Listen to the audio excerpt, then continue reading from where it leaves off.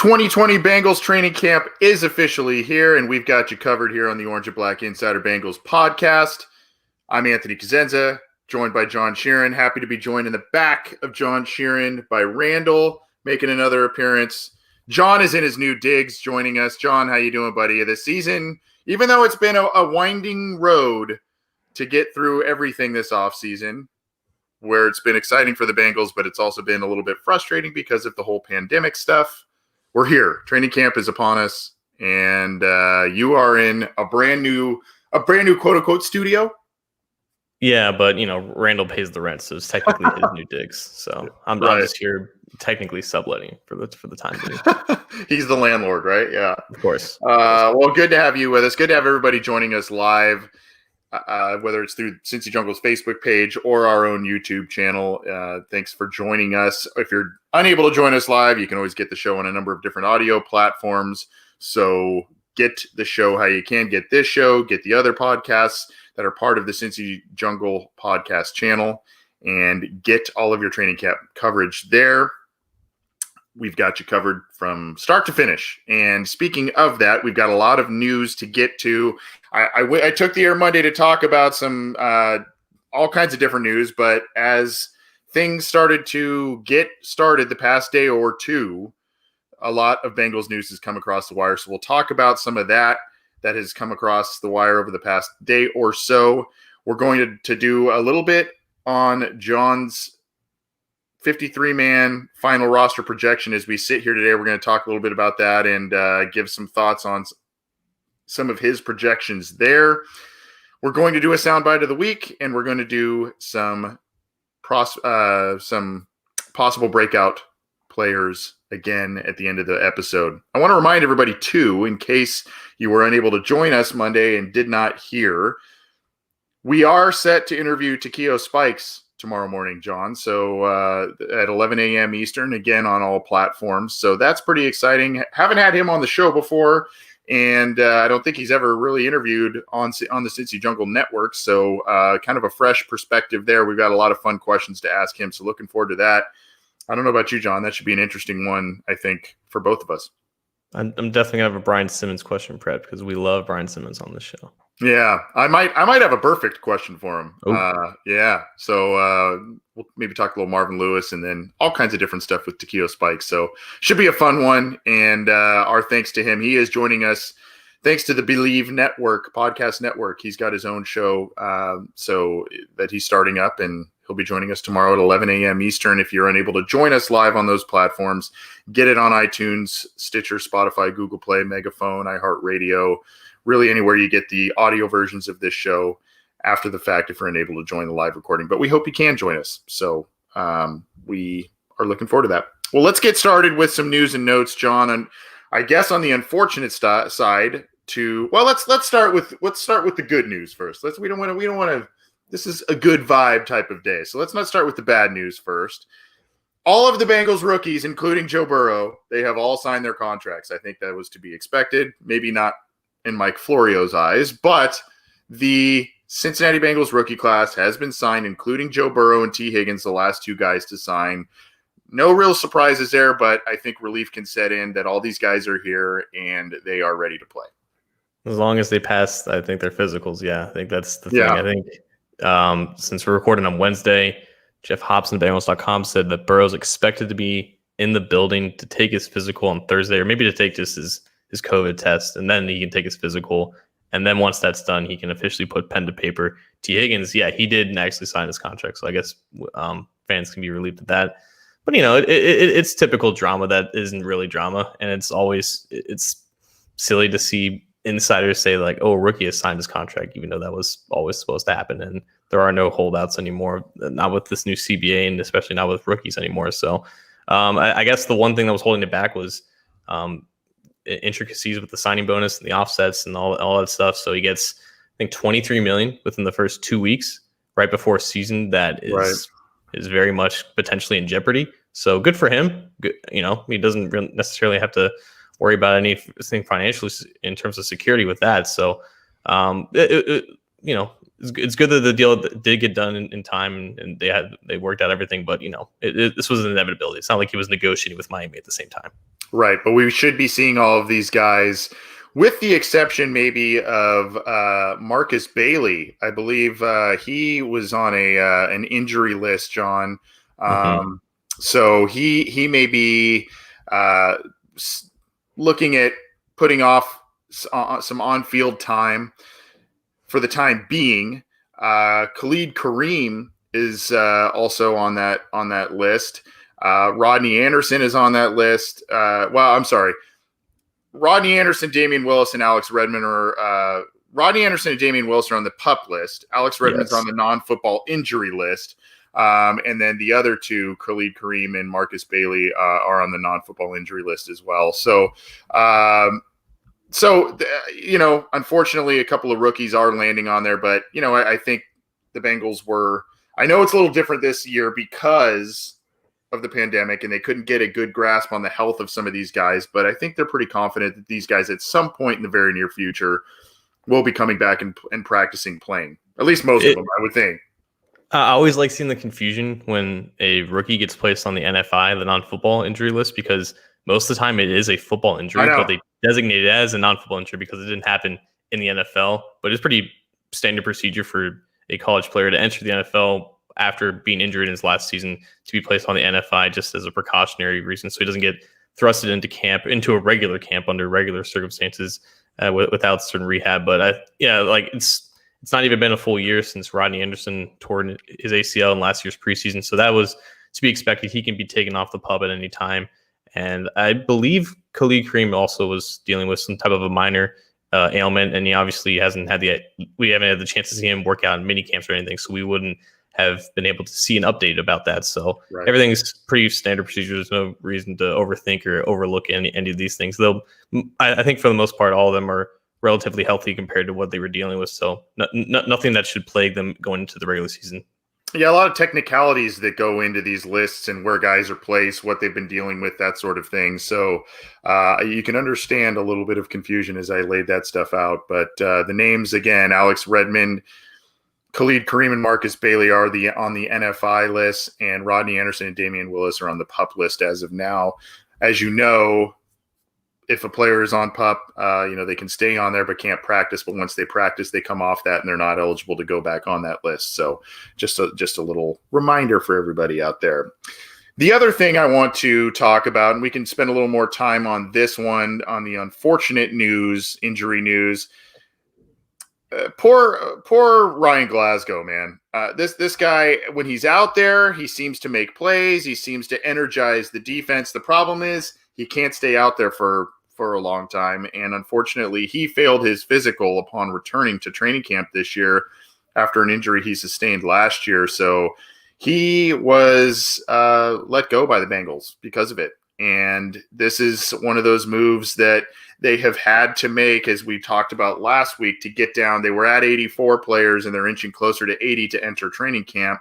And they cut a couple of young guys. I talked about that on Monday. They cut a couple of young guys on early in the week, but now Ryan Glasgow's the next one to go, John. Unfortunate situation. It is a crowded defensive line group. We'll talk more about that with the early 53-man projection we've got coming, but still a guy that when healthy, he can contribute, he can do some good things, and just unfortunately has been stricken with bad luck on that front. I think his first 500 snaps and I think 19 games were as good as you can expect for a fourth round defensive tackle. He played his entire rookie season, had no injury problems, and he was solid.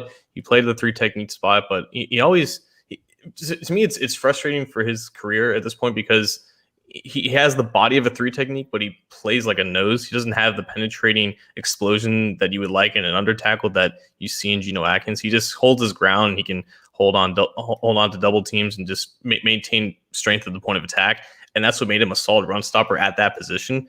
But, the 2017 was solid for rookie season. The first 3 games of 2018, Pro Football Focus graded him with an 84.1 defensive grade, and he had 5 stops and I think only 45 run defense snaps, which is a very impressive ratio for someone who's a rotational player. So there was definite value with him. And once he tore that ACL in 2018, that's really when everything went off the rails. He was put on IR for the remainder of that year. Then he came back in 2019. He just didn't look, he already didn't have a lot of explosion to his game, but you could tell that he just wasn't exactly the same player last year. And he only played, I think, 118 snaps for the 5 games in 8 weeks, Right. and he ended up re-tearing that same ACL. So you're talking about a guy who's played, I think, only 24 games in 3 years, and he's turning 27 in September. So it's not ideal in terms of an outlook for long term, but provided that he regains his health sometime in the near future, I think a team is going to give him an opportunity. He can maintain his role as just a rotational role player. But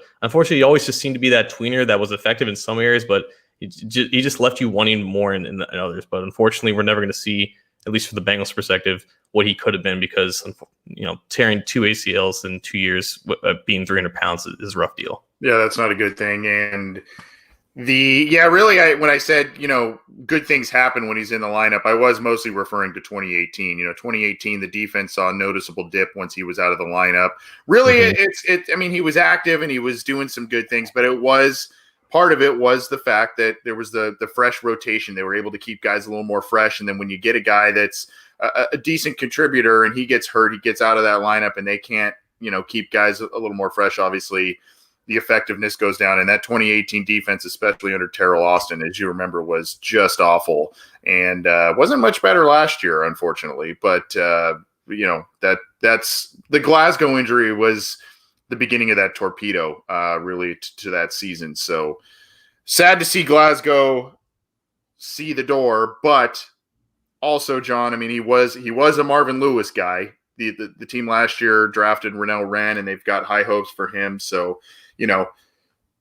that maybe they brought in DJ Reader. They may be looking at just kind of having more of their guys in the fold, especially ones that are healthy. So Ryan Glasgow is no longer with the Cincinnati Bengals. Who is with the Cincinnati Bengals, John?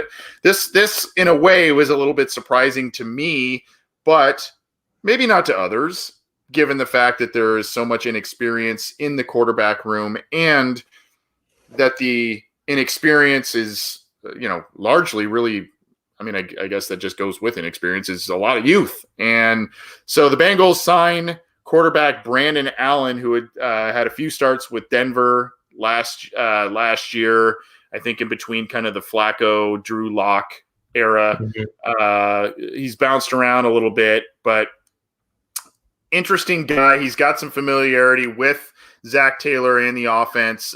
He was with the Rams previously, and like I said, was with the Broncos last year. Are you surprised that this was the veteran acquisition that the Bengals made at the position? And do you think there was a question here from Jeffrey Turner in the Facebook? Do you think they're going to keep Foam Dart Finley? Thankfully, I said that correctly, because I could have messed that up and said a really funny word there, but I didn't. So do you think that this affects the future of either Dolagala or Finley with the team this year? It's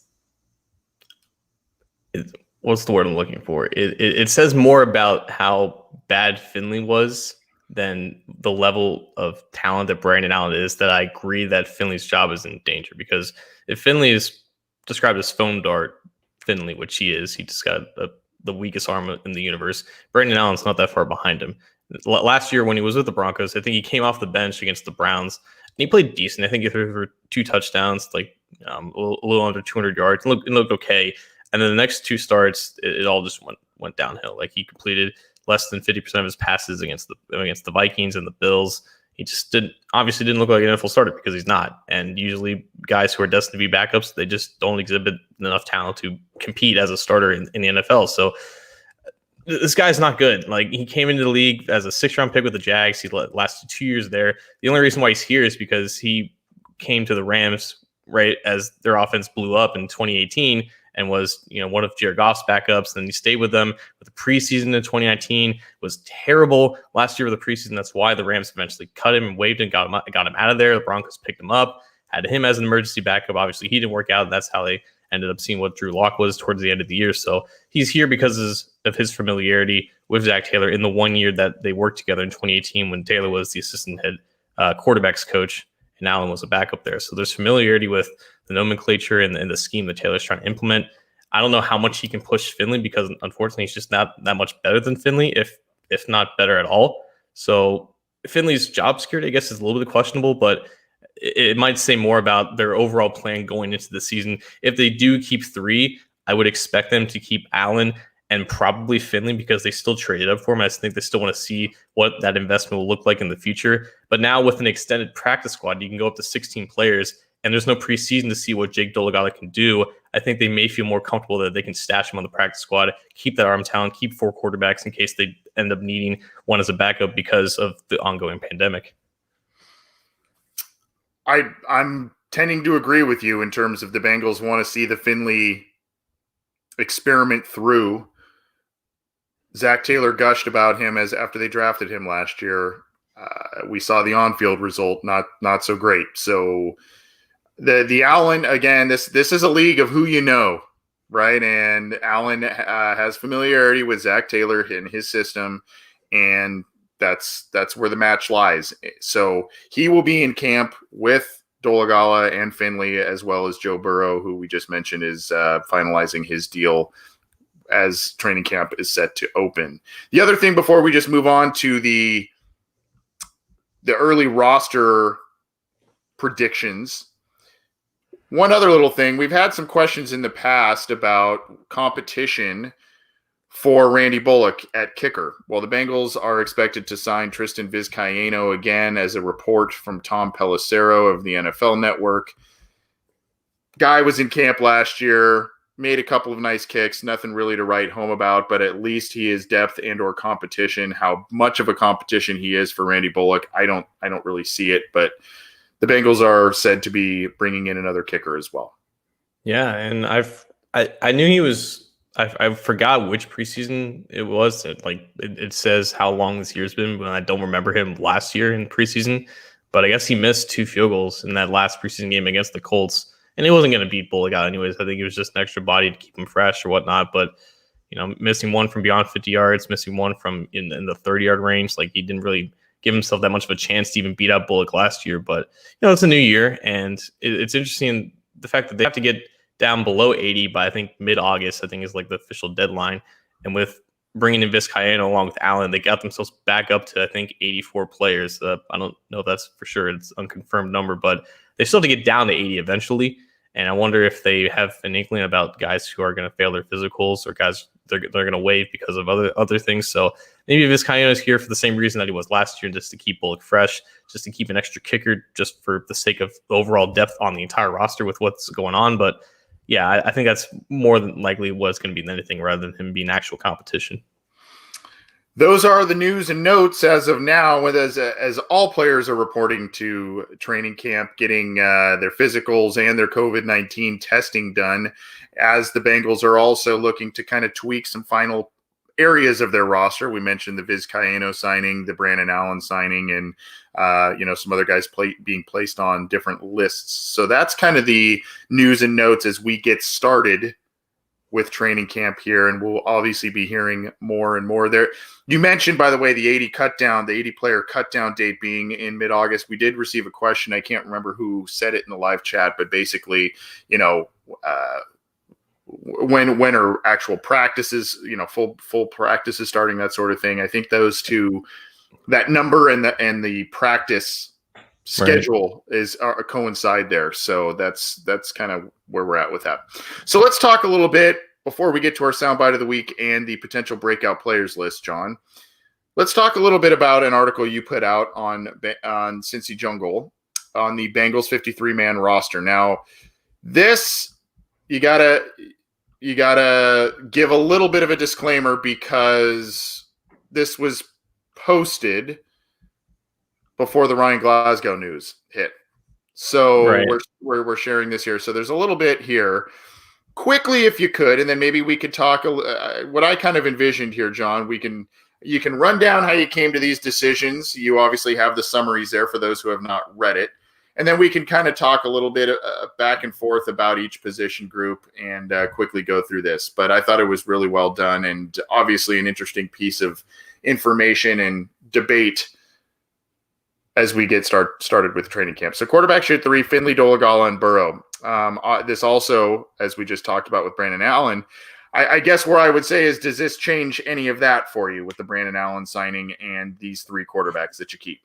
It does. And I appreciate you saying I appreciate you commending me on the effort, even though I just literally copy and pasted the old one and just changed a couple of names. Because honestly, like our first projection came out in May, and we have seen nothing that really changes anything up until the events of today. So if I were to change it right now, I would swap out Dolegala and put Brandon Allen there, under the assumption that they're going to try to stash Dolegala on the practice squad. I think that signing does end up changing that, provided that they keep 3. If they keep 2, it's just a competition between Finley and Finley and Brandon Allen, and then maybe they stash Finley on the practice squad and they do whatever with Dolegala that they want. Maybe they want to keep 4 quarterbacks regardless and have 2 on the practice squad. They only want to keep 2. There's talk about quarantining these quarterbacks separately or quote unquote getting creative with solutions to that. So we'll see what happens with that. But I think right now 3 is probably the safest bet still, but just switching out Dolegala with Brandon Allen. I would agree with you on that. I think that the like we've talked about, Zach Taylor and company really like their investment in Finley. They just like him more than what we fans saw last year. So I think you're going Burrow, you're going Finley, and I also think the fact that Finley started games last year, Allen started games last year, and you have guys on the roster that started NFL games to varying degrees of success or failures. There, you have some in-game experience behind Joe Burrow, even if it's limited. So whereas Dolegala doesn't really have any. So I think that makes sense there. Running back. So this is where it gets a little interesting here. Obviously, you have Bernard, Mixon, Travion Williams, and Rodney Anderson is the 4. As we mentioned earlier, Rodney Anderson's on the PUP list. Anything change for you here, or is this kind of where you're sticking based on news that came out a little bit later today? I would presume that this is what it's going to look like when September rolls around. I think Anderson's going to get off the PUP between now and then. And then I still think that Williams is probably the guy that should maybe be looking over his shoulder because he just wasn't used on offense last year. He's just a special teamer. And they have 7 running backs on the roster, which is just a lot for a team that only uses really 1 in in-game situations. So there's a lot of depth there, and I would have been interested to see what Jacques Patrick and Devwell Whaley could provide in some of those late game situations in the preseason, but we're not really going to see that, and it's really hard for those running backs to now make some traction on this depth chart. So if they go 4, I would still expect that foursome to remain, but they could go light and they go 3, and maybe Williams gets the boot because they want to keep Anderson that investment. But if Anderson doesn't progress health-wise back, or if he suffers some type of a setback, then they always have Williams to kind of fall back on in that case. Yeah, I think Pirine provides an interesting competition there. Remember, Samaje Pirine started the year on the active roster. He was active in Seattle. And a lot of people forget that. He's also of the Oklahoma runner mold, Mixon, Anderson, and now Pirine. And, obviously what they do up front, they've probably formulated something that plays to these runners' respective strengths and styles. So, and I can't remember which beat writer it was, but when the Bengals signed Samaje Pirine again this offseason, it was noted that he was one of the last guys cut, or one of the last guys that, they wanted to get rid of, and hence why he was on the active roster at the beginning of the season and then shot off after that. So he might be a guy, again, he might be a placeholder guy for as they wait for Rodney Anderson. It just depends, but that he's a guy that provides some interest to me. Wide receivers. We had a question from a listener earlier asking about Alex Erickson. We've talked about it being a real crossroads year for Alex Erickson, given the look of this wide receiver group and the addition of T. Higgins. We'll talk more about some of these guys going forward. Hard to see something really changing here. Maybe the Stanley Morgan staying or going could be a difference maker. How do you have this? How did you come to this, especially with both Morgan and Erickson making the roster? Back in May, I had Mike Thomas there instead of Alex Erickson. Mike Thomas was the receiver from Los Angeles that they signed to 1-year deal. He had experience under Zach Taylor's coaching when he was the assistant wide receivers coach. That was under the assumption that preseason was still going to happen and that Alex Erickson might get booted off his role as the punt returner there. Unfortunately, not having much value as receiver left, so he might have gotten cut. At this point now, that they're not going to have any in-game reps on those special teams reps, Erickson might be more safe to make it on as a punt returner for another year. They don't really have anyone that has experience, at least in in-game situations, that matches what Erickson has provided.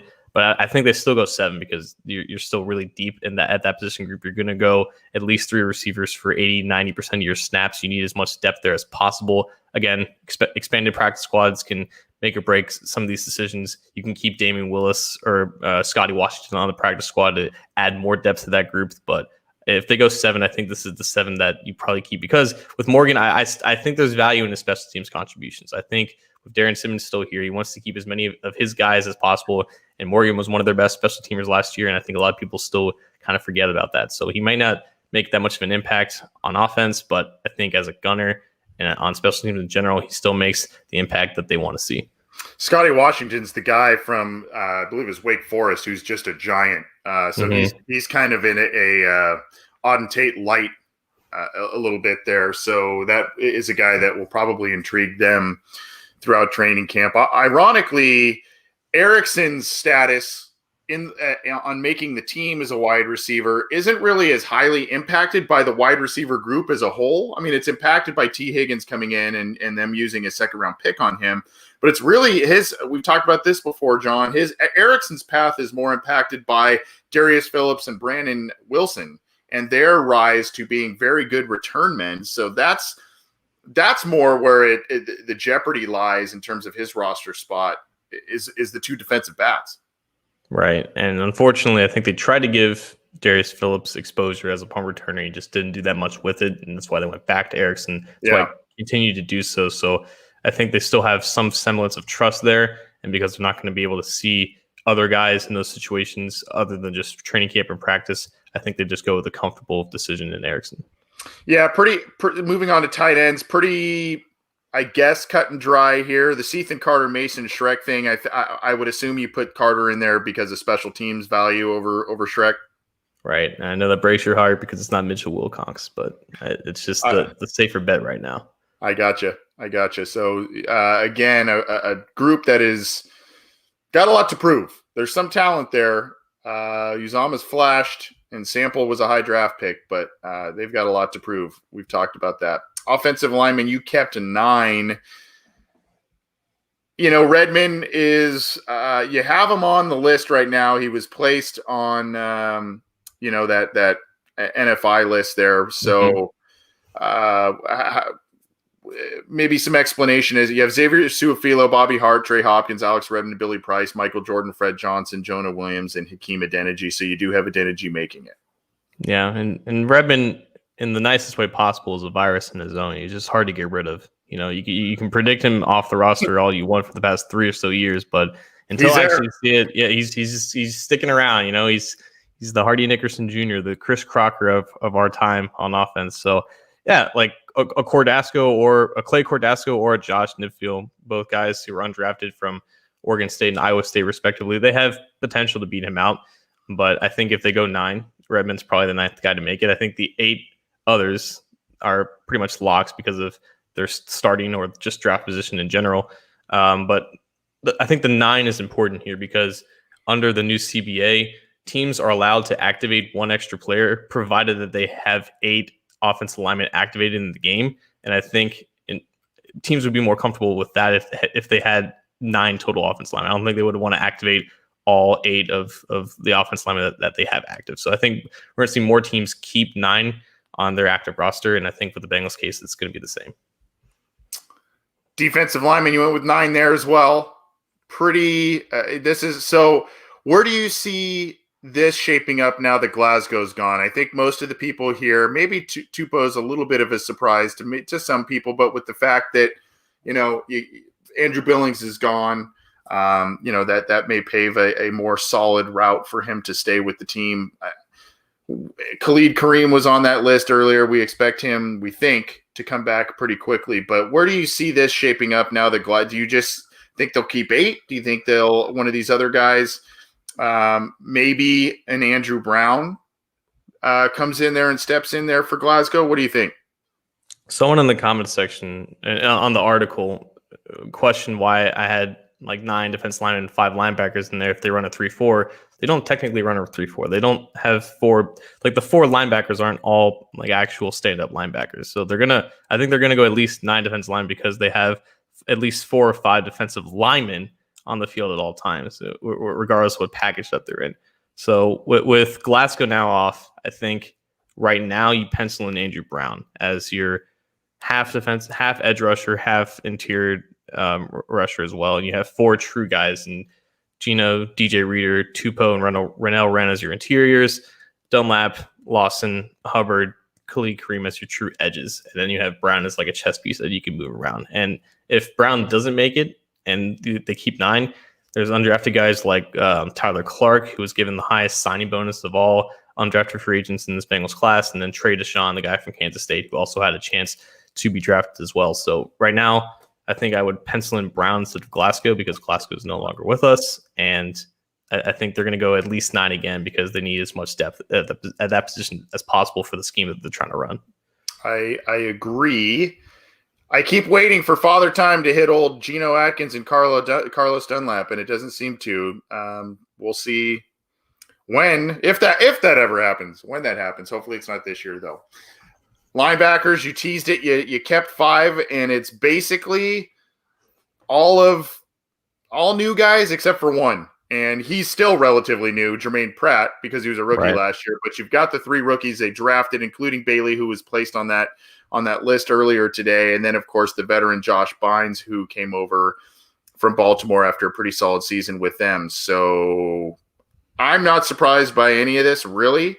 I guess the big surprise would be, why didn't you keep 6? And you just explained that. You don't think a guy like Calitro sneaks his way on after they've shown interest in him the past 2 off seasons? Like when I put this together, like I had Calitro in there and I realized, oh crap, I'm at 54 and I had to take him off because I think you're right. Like they wanted to claim him last year. They weren't high enough on the waiver order. Once they were at the top of the waiver order, they claimed him almost immediately. There's obvious interest in there, regardless of how mediocre he has been on the field for the teams he's been a part of. But I think they definitely want to give him a shot. And if they go 6, I think he's safe. But if they don't, it's hard to see them cutting any of those 5 guys for Calitro because you want Bynes probably starting week 1 because of his experience. And then you just drafted 3 of those other guys and you want to see what you have in Pratt. So it like 6 is like the absolute max. But again, if you're only having 2 linebackers on the field for 90% of your snaps, and the only time you have 3 linebackers is when you're facing a team like the Ravens, it's hard to keep more than 5, especially with the way the rest of the roster is constructed. So Calitro may find himself in the practice squad if they like him that much, and they've shown the most interest in him from any other team in the NFL. So I think he has the edge over Jordan Evans if they keep 6. But I think if it's 5, it's those 5. Yeah, Evans, as you noted in the article, he's in very good shape. But again, a previous regime guy, and though there's a lot of youth and inexperience on this linebacker group you've presented here, the talent level seems to be exponentially higher than what we've seen over the past year or so in that group overall. So good stuff there. Let's talk cornerbacks. You went you went a little interesting here, I guess, because there's also the Winston Rose is kind of a name that a lot of fans are talking about. Tony Brown, who had some time with the Packers, is a guy that a lot of people are talking about. But you went with Trey Waynes, William Jackson, Mackenzie Alexander, LaShawn Sims, the free agent acquisition out of Tennessee, Greg Mabin, and Darius Phillips. I have no confidence in predicting this group. Like I know the 4 pseudo starters, Waynes, Jackson, Alexander, and Phillips, like they're going to make it. Obviously, the other 2, I have no idea. You can put any combination permutation of names in there, and I would believe you because I feel like Mabin and Torrey McTire have the same qualifications as they were brought in last year. Played limited snaps, mostly special teams. Tony Brown was, I think, claimed in like December, right after the season ended. Winston Rose has that CFL resume of 9 interceptions last year, and any of those guys could make those final 2 spots, and I would have loved to see how they performed in preseason, but we're not really going to get that chance. And it makes the waiving of Isaiah Swan, who was an undrafted guy at Dartmouth and was really productive at the FCS level. Unfortunately, he failed his physical, so he will not be able to compete with this group. And it's a shame because I think again, like it's so wide open with those final 2 spots. I think any of these guys can make it, and any 6 that you have listed, as long as those previous 4 are on there, I think has an equal shot of being right. I think you're at least looking at this group as well from last year. Trey Wayne's at least a marginal improvement, you would think, over Drake Kirkpatrick, at least Drake Kirkpatrick over the past couple of years. Mackenzie Alexander, we liked Darquez Dennard. We liked him a lot. He's a good slot guy, but injured quite a bit. And, to my knowledge, I don't think he signed with Jacksonville, and then I think he ended up opting out of that contract. So I don't think he remains unsigned out there. So Mackenzie Alexander, though, a sure tackler and a guy who's just around the football a lot. LaShawn Sims, a guy they like. He's got good size. So and then, of course, you've got big play guy and Darius Phillips. So, an interesting group and one that should have at least marginal improvement over last year. Safeties, I think this goes without saying, especially with the addition of Von Bell. Some people wonder, how are they going to do how are they going to use Von Bell and Sean Williams? We've talked about that on this show a bit. They're going to try and be versatile. They're going to try and mix things up, have guys play more in the box and more guys play back deep, and really play to get back to what Bates and Williams did well in 2018. I think that's what they're trying to do. And then, of course, Brandon Wilson will provide you some depth as well as kickoff return ability. Right. And the only other safety that they have on the roster right now is Trayvon Henderson. And I think under the past practice squad rules, he may even still have 1 more year of eligibility there. But I think now it's kind of moot because you can have, I think, unlimited accrued seasons for a number of players on the practice squad. So maybe they stash him there because they just need overall depth at that position. And I understand the argument of keeping him over Sean Williams because you probably save like $4 million against the salary cap, but I don't think that's really a priority for the front office right now. And I think, again, they still have some type of a role planned out for Williams as that third safety or big nickel type nickel back. So this is the 4, and I don't see that changing. And as we said earlier, Tristan Vizcaino added to the specialists group, but I think we both believe that Randy Bullock's got this job at least for this year. And of course, the battery of Harris and Huber, actually Harris, Huber, and Bullock, especially on field goal attempts, but the entire unit stays intact. And look, I know there are issues with Randy Bullock. He ended up having a decent year last year. There are issues with him kicking the ball really over about 47, 48 yards.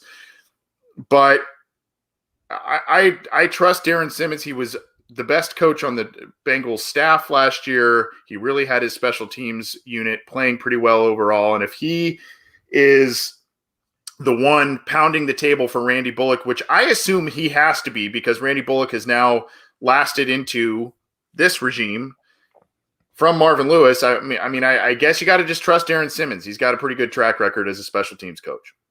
Right. And again, like in 2020, special teams coaches should be prioritizing length in power at their field goal kickers, because you can find guys who can give you what Randy Bullock does for a dime a dozen, and throughout the draft and after the draft as well. So the commitment to Bullock has always been questionable, especially nowadays when the value of field goals has been perceived in such a brighter light. But yeah, I don't see this position group changing at all. So that is the newest, obviously, with a couple of changes from even this morning, the newest preview, or I guess approximation by John and by us in terms of what the 53-man roster will look like. There tends to always be a surprise or two in there, but that's usually coinciding with a couple of guys, an undrafted guy, a new guy coming in and playing well in preseason games. The Bengals may opt to go with everybody that they just know because there are no preseason games this year. So that's we may not be as surprised as we have been in previous years. We're going to get to our soundbite of the week and some potential breakout players before we get on out of here. Just want to remind folks to join us tomorrow if you're able at 11 a.m. Eastern. We'll be interviewing Takeo Spikes, former Bengals linebacker and 15-year NFL veteran. a guy that a lot of folks around these parts remember fondly.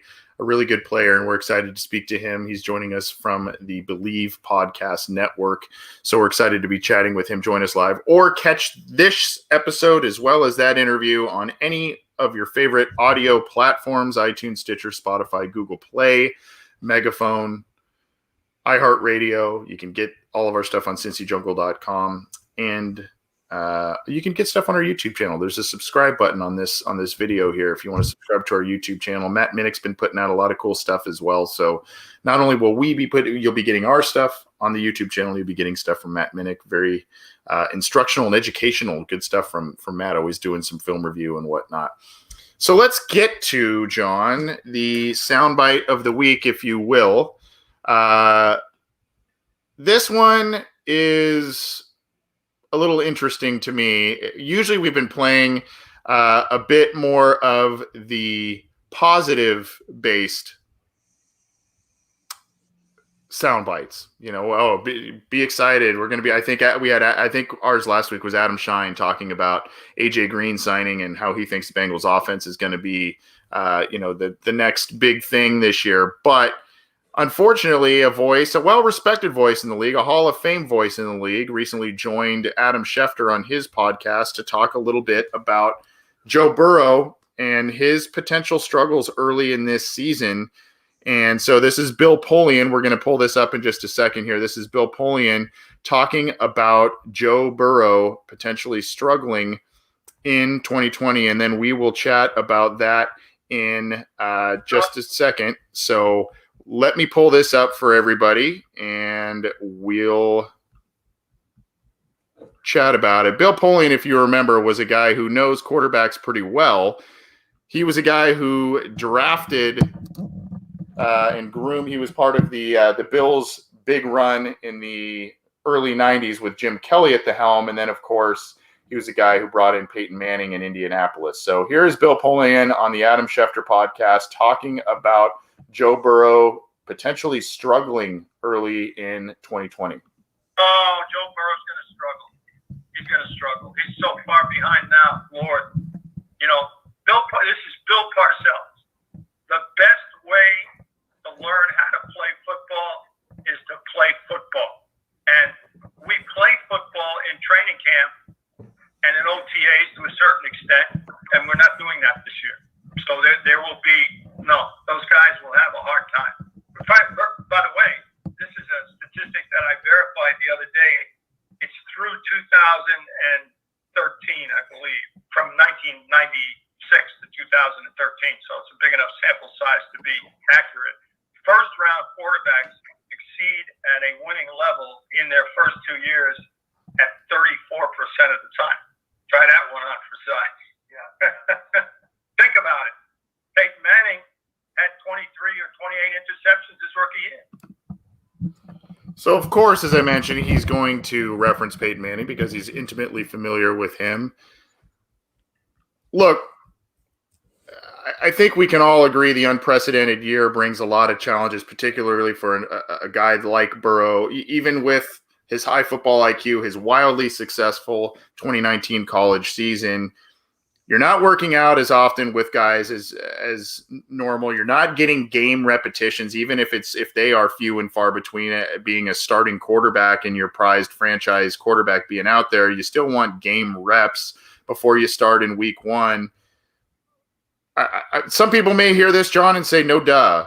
Some people say, no, Joe Burrow's too special to struggle, even with all this stuff that's going on. I know you've talked about this a little bit in terms of some data that you've presented, but do you take this with a grain of salt, or do you say this is a well-respected voice in the NFL and Bill Polian?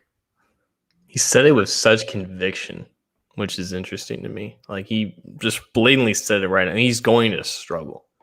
Now, right. It's so Bill Polian's resume is long and well received, but it's very easy to dunk on him at this point. He said Lamar Jackson should move to quarterback. He claimed that he had a first-round grade on Tom Brady. He's just an old man just talking into a microphone at this point. It's very easy to make fun of him. But at the same point, he does make some good points. Like, it is more rare. It is the exception, not the rule, for first-round rookie quarterbacks to succeed in terms of winning percentage, in terms of efficiency, in terms of all that. Like for, just any quarterback being thrusted into a starting role in his first year, it's more likely that they do struggle compared to the league average. So it's something that is blatantly obvious when you just research the data and the statistics. It's what I came to the conclusion of when I did that research page back in June. Like it's nothing really groundbreaking. The fact that he said it with such conviction, it kind of loses credibility, I guess, a little bit with him. But again, I don't know how much credibility he still has left in this arena. But yeah, like having no OTAs, having no mini camp, it's very similar to what Andy Dalton did. And Andy Dalton ended up having a semi-successful rookie year, I guess, with the fact that they went to the playoffs. But again, that's more the exception, not the rule. And that is the exception with Joe Burrow now, is that he's going to struggle with coming into the worst team in the league last year with basically nothing but a virtual offseason ahead of him, regardless of the surrounding talent, regardless of a changing and evolving scheme that's tailored to him. He is probably going to struggle.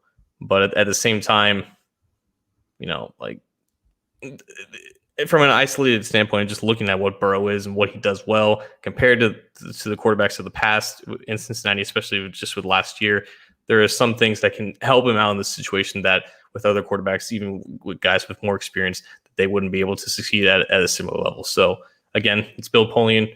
He said some questionable things recently that has damaged his credibility a little bit. The conviction is pretty strong, even with the research behind it, but I can kind of understand the sentiment because he's not exactly necessarily wrong in this case. Yeah, part of me says, look, I mean, he referenced statistics from 96 to 2013. So some of the data he's providing is 6 or 7 years old, right?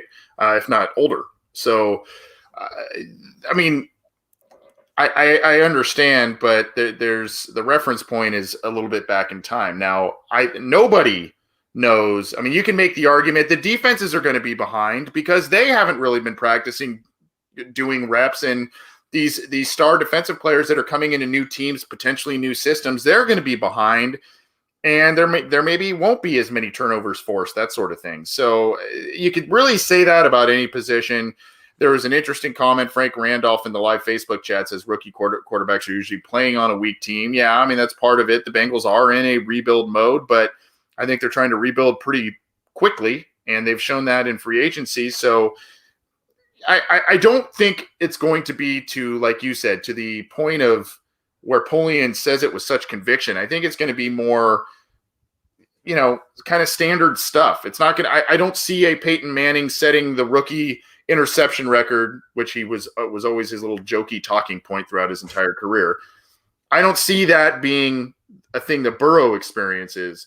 But I don't see if you're expecting a season like he had at LSU last year, statistically and everything, you might be set for a little bit of disappointment there. I just don't think it's going to be to the level of what Polian was referencing there. You're right, because like the playing field is level for everybody right now because no one has had the opportunity to train and take reps. The only difference is Burrow is still a rookie, and it's just a matter of if he has the mental fortitude to take on this giant burden of going out there and playing your first actual snap be against the Chargers in a game that will actually count on his resume and on his rap sheet and on his box score and everything like that. So there is an unprecedented amount of pressure and a limited amount of prep time to make that happen. But like you said, all rookie quarterbacks struggle to some degree. Joe Burrow will undoubtedly struggle at multiple times throughout the season. There will be there's doubters like Polian, I guess, in this case, that will say I'm right. And there will be people like Bengals fans that are saying, yeah, this guy is the real deal. And that will happen throughout the course of the season. It'll probably be some type of a roller coaster type year. And very rarely do the ups more often outweigh the downs. And that is what you get when Russell Wilson led the Seahawks to the playoffs in 2012, Dak Prescott in 2016, when they had their extraordinary rookie seasons. Those are more rare. Those are the exceptions to the rule. The rule is more so what Polian's leading to, but again, the conviction with his reasoning is the only thing that's, I guess, bothering me here. Yeah, so Bill Polian with the soundbite of the week as it goes with the Cincinnati Bengals. He made an appearance on the Adam Schefter podcast. Hall of Famer says, with quite emotion, that Joe Burrow will struggle in 2020 based on this offseason and just being a rookie quarterback, both. So we will see. Let's move on and do the potential breakout players for 2020 for the Cincinnati Bengals. We had been doing 2 each per episode because we've had so much to get to and we're going a little long. We're going to do 1 each, and we'll still continue on, but we're going to do 1 player each. John, I'm going to let you do the honors and go first this time. I think you can make the argument that John Ross experienced his breakout in the first 4 weeks of last year in 2019, because through those first 4 weeks, he was actually, I think, 15th among receivers with at least 20 targets in yards per route run. And a lot of that came against the Seahawks in week 1 and garbage time against the 49ers in week 2. But I mean, still 2.14 yards per route run with Andy Dalton playing at 2019 level. Andy Dalton is impressive nonetheless. Unfortunately, injuries took away 8 games after that week 4 game against the Steelers, and he never really achieved that level of production for the remainder of the year because of just the way that the offense devolved in terms of the passing game. But, you know, it's always been injuries with John Ross. I know we've had people, when we do these breakout segments, we have people talk about Ross in the comment section to ask us to talk about Ross. And he does deserve, I guess, his own individual spotlight here, because he is the penultimate waiting to break out player, because the potential and the talent is so obvious and immense. And it's always been, he just doesn't really fit here, whether it's with Marvin Lewis, whether it's with Andy Dalton as his quarterback. You have a new head coach, you have a new quarterback, you have a head coach that has a year of experience in using him, but it just never really meshed with the offense that he ran, or the quarterback that was running that offense. You know, I think it matters that Joe Burrow has trained with John Ross the most in terms of receivers that he's going to play with this year and in this offseason. I think it speaks a lot about Burrow for reaching out to Ross to get all that extra work in more than any other receiver that he's going to throw to. I think that will, I guess, pay off at least in the early portion of the season. Now that the in-game reps are going to come in the regular season, and it'll be interesting to see how many starting reps that Ross does get in training camp, or whether or not T. Higgins might bump him out of the starting lineup in those 3 receiver sets, because you have to assume that Boyd and Green are going to be starting as well. But like, Ross is in a contract year. He has his first and maybe only big NFL payday potentially awaiting him in months' time. You have a quarterback that has an obvious interest in you and in your skill set. You have a quarterback that has the capability of taking advantage of that skill set. Again, like most of these are about it if X player can stay healthy, but that literally is what it is with Ross now, because now he's with a quarterback that can maximize his potential, maximize his abilities. If he can just stay healthy, he's in an offense that can lead him to a big payday and lead him to officially breaking out into the NFL landscape. Joe Burrow excels at a lot of things, but accuracy is definitely up there. And when you have a guy like John Ross who excels at yards after the catch type of opportunities, or at least did so at the University of Washington, that's where a quarterback like Joe Burrow can really make a difference. And it's not just, a lot of people think John Ross, go run 50 yards down the sideline and Burrow will hit you this time. Yeah, that's part of it, but it's a lot of stuff that there's going to be some plays, particularly, this is all kind of based on what we just talked about with the Bill Polian clip. There's going to be a lot of plays that are going to try and get Burrow in early rhythms in games because of the lack of game reps in the preseason and whatnot. So there are probably going to be some gimme type passes, some easy passes that are easy completions that John Ross can potentially utilize, and it utilizes speed, utilizes yards after the catch ability, and make a big play. Now, I think we all hope that John Ross is and should be the breakout player, like you said, John, that we all want him to be. It's if he does it, and then if he does it, does he stay with the Bengals?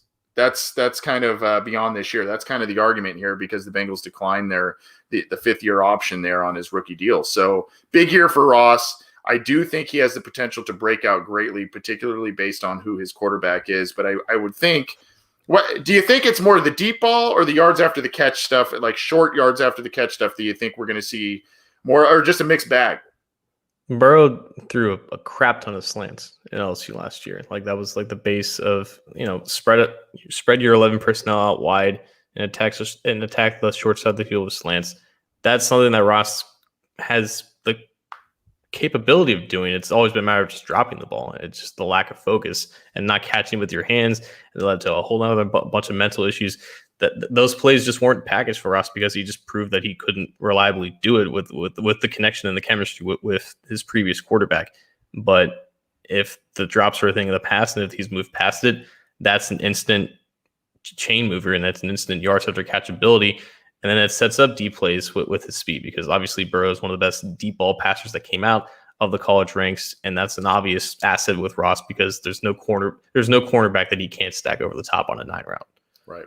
I hope he breaks out. I hope you're right. That's the guy that I think a lot of people would agree should be on this list, and he's probably been on. We've done this list a couple of times now, and I think I feel like he's been on it. Speaking of someone who has been on the list at least once, I think I had him on it last year, and now with the news that we received from Ryan Glasgow today, leaving the Cincinnati Bengals because of a failed physical, I think Renell Wren is poised to have a bigger role. Again, now we're not degrees of success being accounted for. I think Renell Wren is poised for a bigger role this year.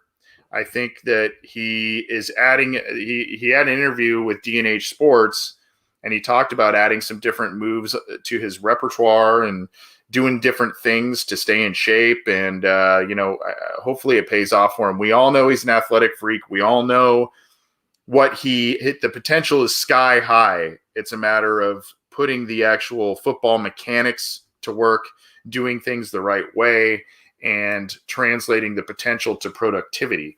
And I think that he's a year older now.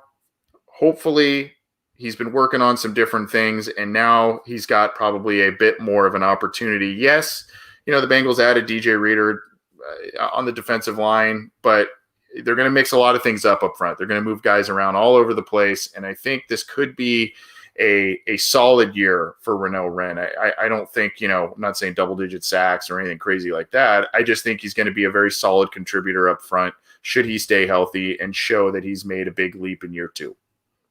For their skill sets and what they do well, it would almost be a little bit redundant to keep both Glasgow and Wren, but they don't have that issue anymore because, like you said, Glasgow is an insane athlete for his size.